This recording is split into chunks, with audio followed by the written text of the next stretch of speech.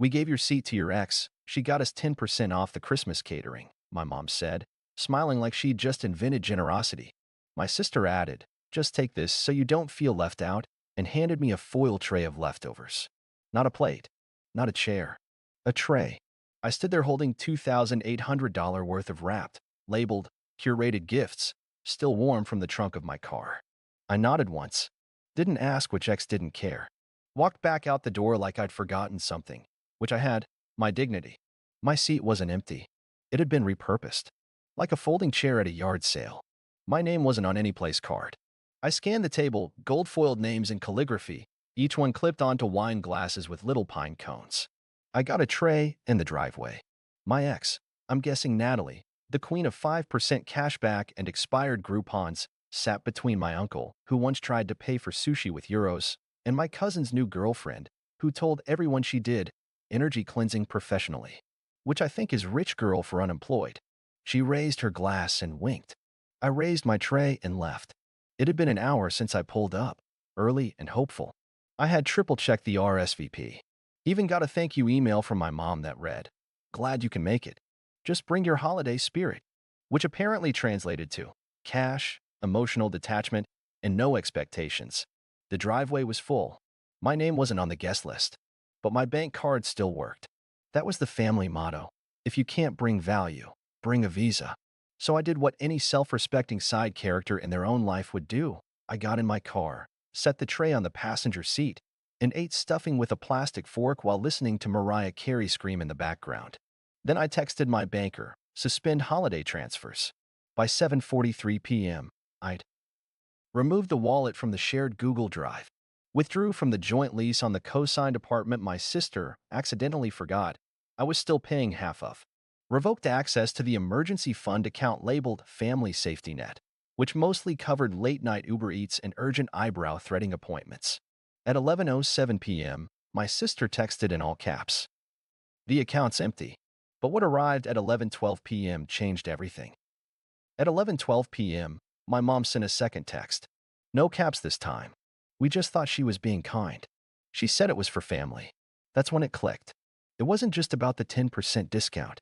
It was about Natalie, my ex, the one who still posted nostalgic selfies in places I'd taken her, with captions like, "Miss this spot." The one who once said my brother had surprising charisma for someone with a bio that dry. The one who RSVP'd to our breakup with a LinkedIn update. She wasn't being generous. She was auditioning. The Christmas catering was just a foot in the door. The family discount was bait. The real play was my brother. I scrolled through his Instagram. Sure enough, 5 days ago, a photo of James in a cafe. In the background, out of focus but unmistakable, was Natalie. Elbow on the table. Smile loaded. Tag, none. But I recognized the scarf. I bought it. I put my phone down and just sat there. $2,800 worth of gifts still in the trunk. Leftovers in foil on the kitchen counter. And somewhere out there, my ex was being welcomed into my family with open arms and roasted duck. I opened my banking app. 3 shared accounts. 2 linked cards. 1 recurring transfer still active.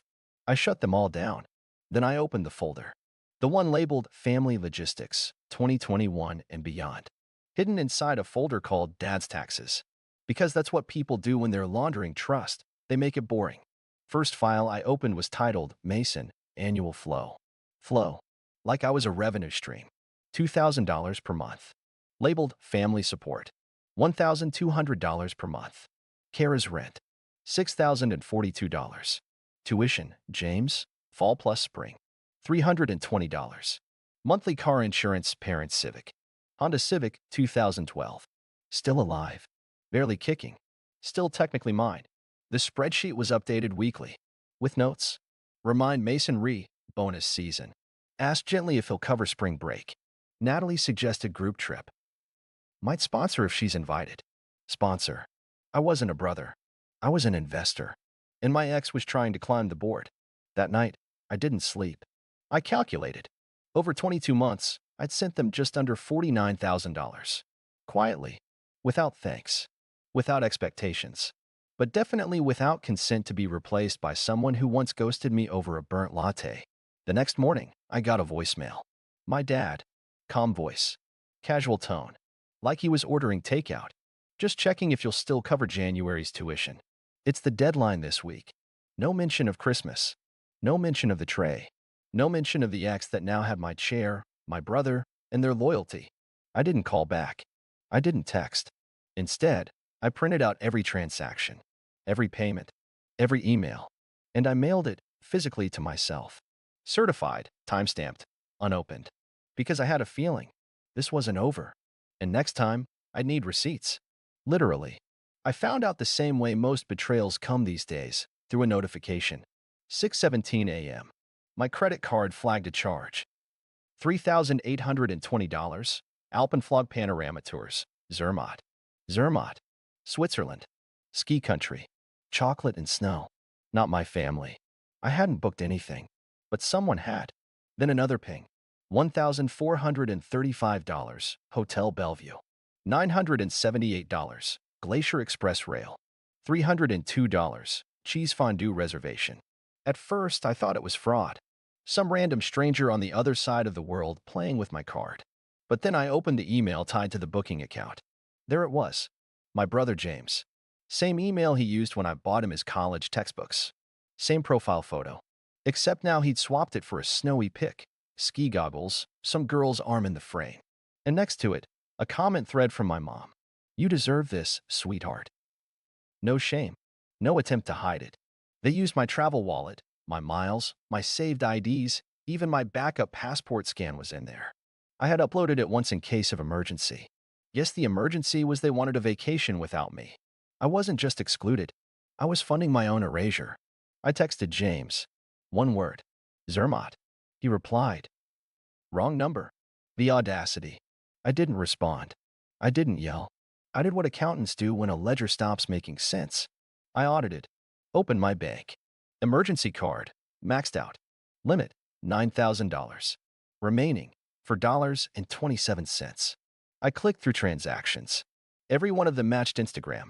Hotel room with a balcony view of the Matterhorn. Posted by my aunt. Captioned. Living the dream. Cheese spa day. Posted by my mom. Finally some peace. Mountain gondola ride. Brother's girlfriend. Boomerang. Hair flying. Hashtag blessed. Hashtag family time. They went full travel influencer. Without me. Worse, using me. I canceled the card. Froze every account. Flagged every booking as unauthorized. The ski passes got pulled. The hotel reservation collapsed mid-check-in. I called the airline and revoked every digital boarding pass they hadn't used yet. Then I called my bank. Someone I know used my credentials. Relationship to you? Let's go with former. They landed back home 2 days later. I didn't have to track their flight. I got a photo from my neighbor. My dad's suitcase was cracked. My mom was yelling on the phone. James was dragging a broken wheel bag and still had the audacity to be wearing my jacket. At 6:41 a.m., I knocked on their door. They didn't expect me. I didn't wait for an invite. I walked in and dropped a printout of the charges on their dining table. $8, $700. You've got 3 days. My mom blinked like she'd forgotten how math worked. My dad opened his mouth. I raised my hand. Don't. James stepped forward. Relax. You're being dramatic. I stared at him. You stole from me. Lied. Took my cards. Fake logins. Went skiing with my ex. His girlfriend had the sense to disappear into the hallway. But James didn't flinch. She said she got the discount. Mom said it was fine.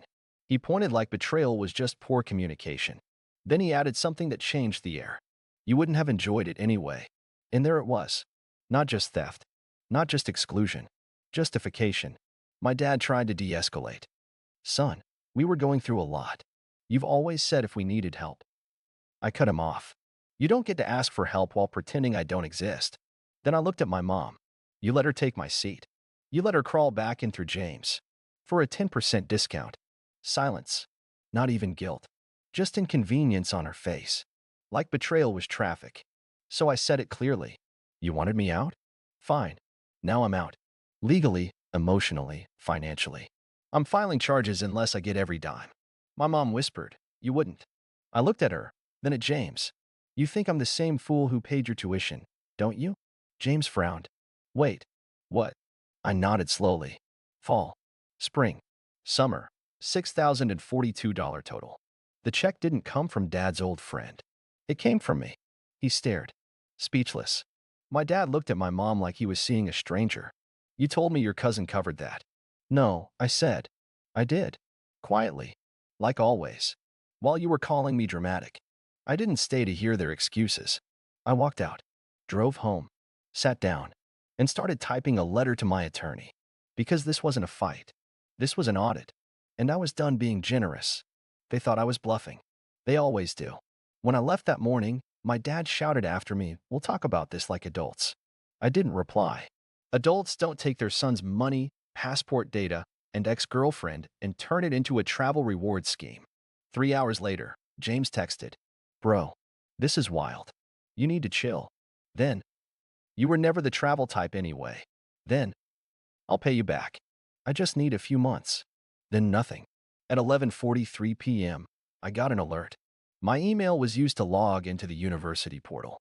An attempt to reset my financial guarantor access. I clicked fast. Denied access.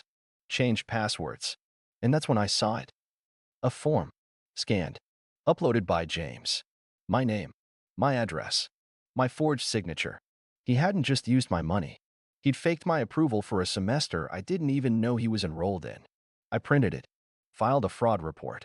Attached screenshots of his texts, his voice message where he asked me to just fix it like usual, and the PDF he'd uploaded with my botched signature. The university finance officer called me back at 8:12 a.m. "We're launching an investigation," she said. I replied, "Let me know where to send the subpoena." Then I sent a group email to the entire family. Subject: Liability Summary, Q4. Attachments: a breakdown of $49,000 in contributions. Screenshots of every payment, charge, tuition slip. A document titled, Restitution Plan, Proposed Timeline. Due date, 30 days. No response. Until Aunt Melissa emailed back. "This seems excessive." She attached a photo of the family at Christmas dinner. James at the head of the table. Natalie next to him.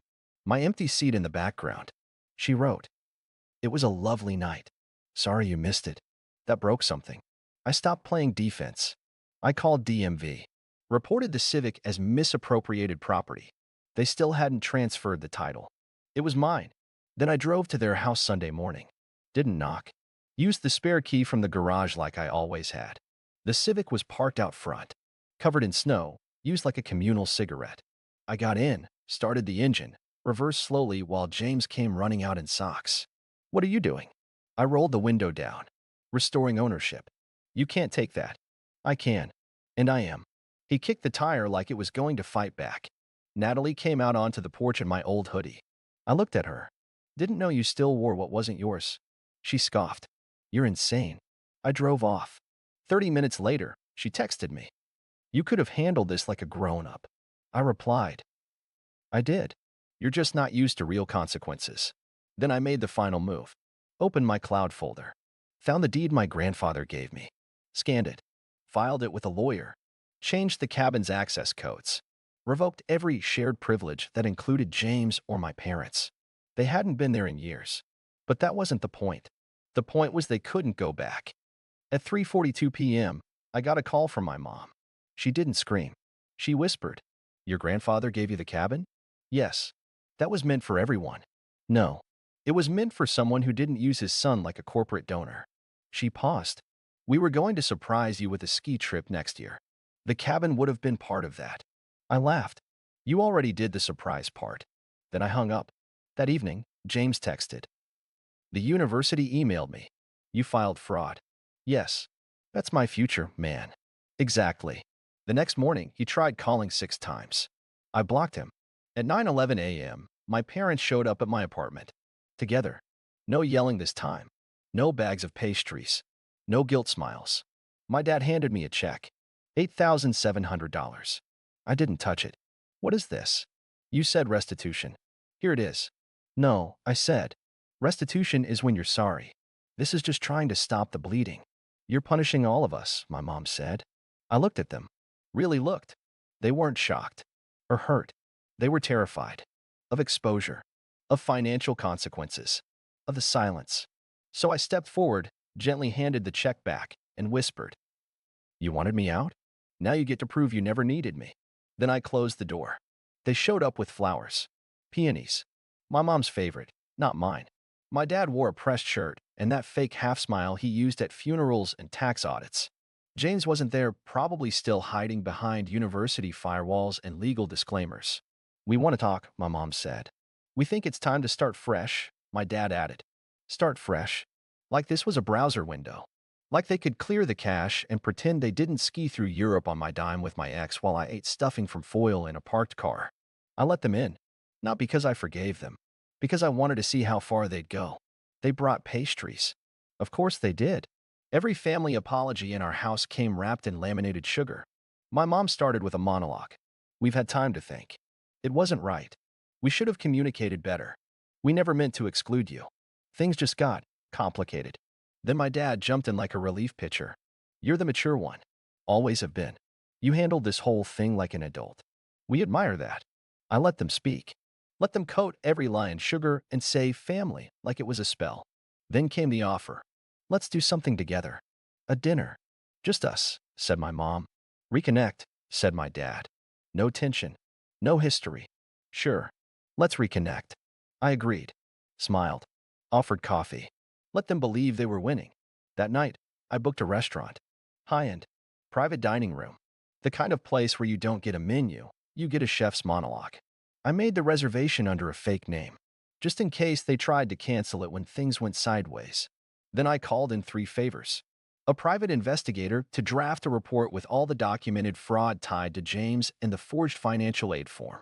A family lawyer to quietly prepare a cease and desist template with my parents' names already printed.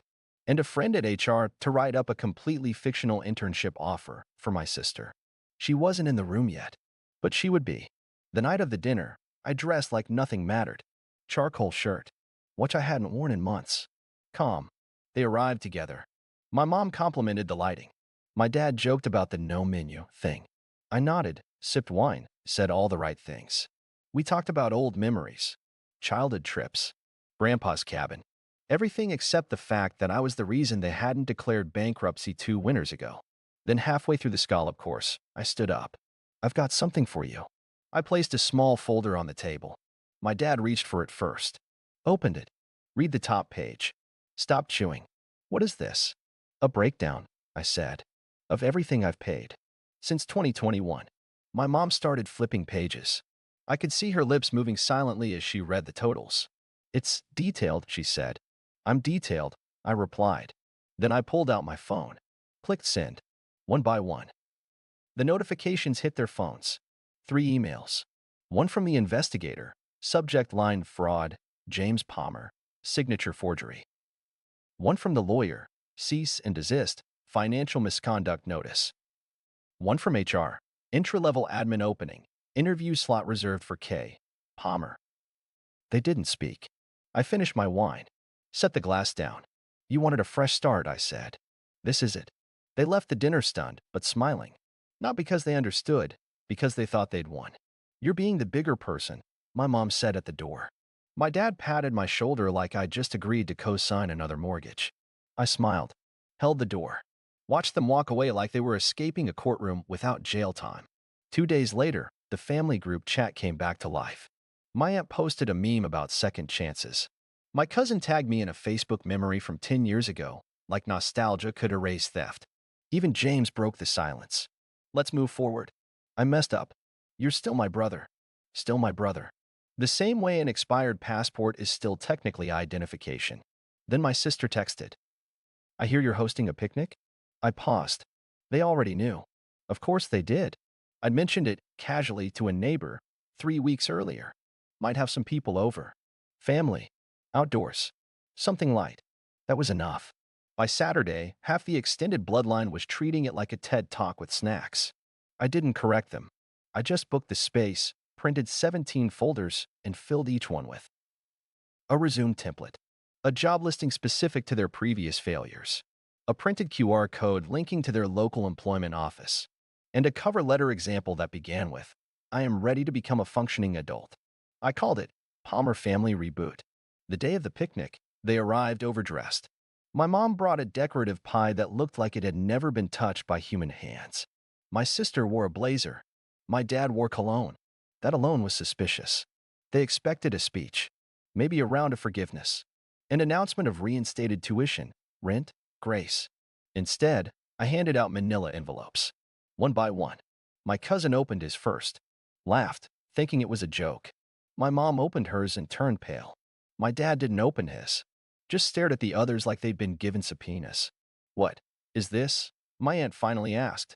Your new beginning, I said. I took the liberty of preparing starter kits.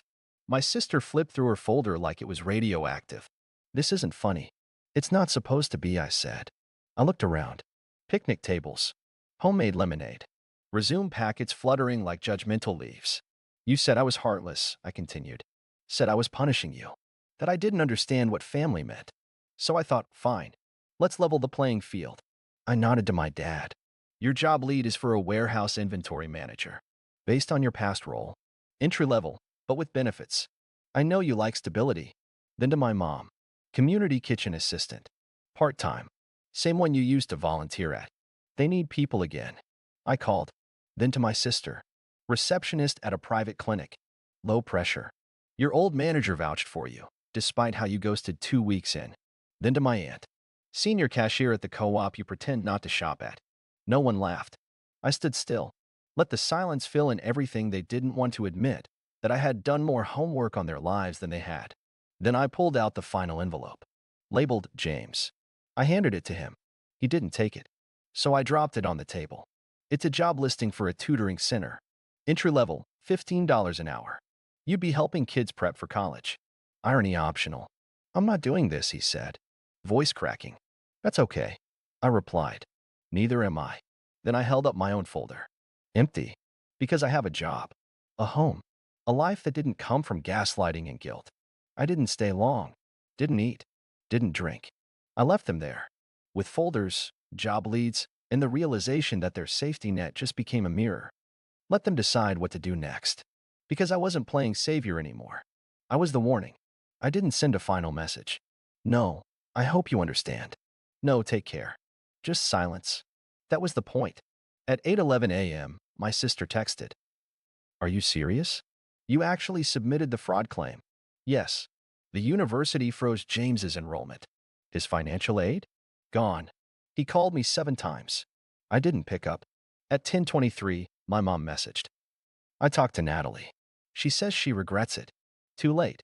She blocked me, probably before I could block her. At 1:04 p.m., the Civic was picked up by a buyer. Cash deal. $2,400 straight to my account. New owner smiled and said, runs okay for its age. I replied, same could be said for my patience. At 4:57 p.m., I got a ping. Transfer complete. Title registered. Palmer cabin. Sole owner. Grandpa never called. Never asked how it went. He didn't have to. He knew. By 7 p.m., the family group chat was quiet. No more memes. No more, let's talk. No more inspirational quotes about healing. At 11:12 p.m., exactly 1 week after I was handed a tray of leftovers, I got one final voicemail. My dad. Calm. Cold. You've made your point. Congratulations. Just know what you've done to this family. I didn't reply. I just sat back. Exhaled. Felt the floor beneath me like it had just settled into place for the first time in years. They wanted me quiet. Obedient. Broke. Grateful. Instead, I gave them something else. Accountability. The kind that bites. The kind that comes with job listings and bank closures and notarized letters. They thought I was a wallet with emotions. Now they have the emotions. And I have the cabin, my money, and the last word, which is none at all.